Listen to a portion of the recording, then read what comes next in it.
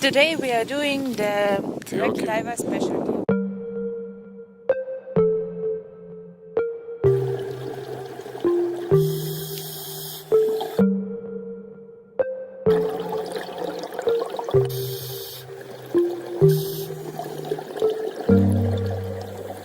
Wreck diver Ja, specialty. imam fletno špaga, Ja. imam fletna tablica. Dobro.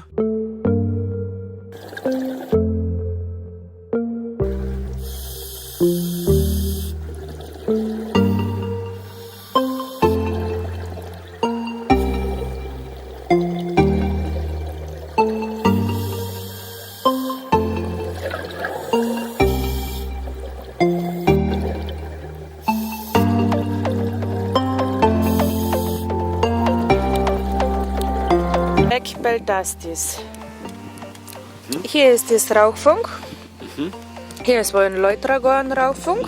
Here is one small Galeria with Practicing penetration on the outside of the wreck. So actually the rope should be straight that you can hold with this finger. Yeah? Like this one or like this one, and when we go on the wreck we need to follow this line inside and outside. Skill which we need to do. So with one finger we will hold line, and with the second hand we need to use our torch.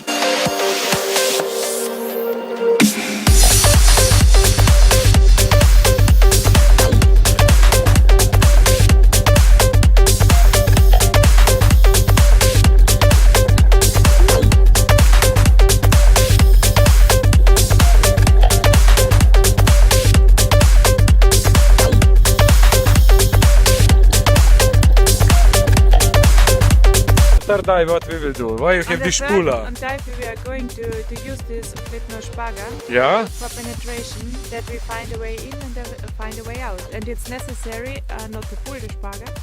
You should make this canal like this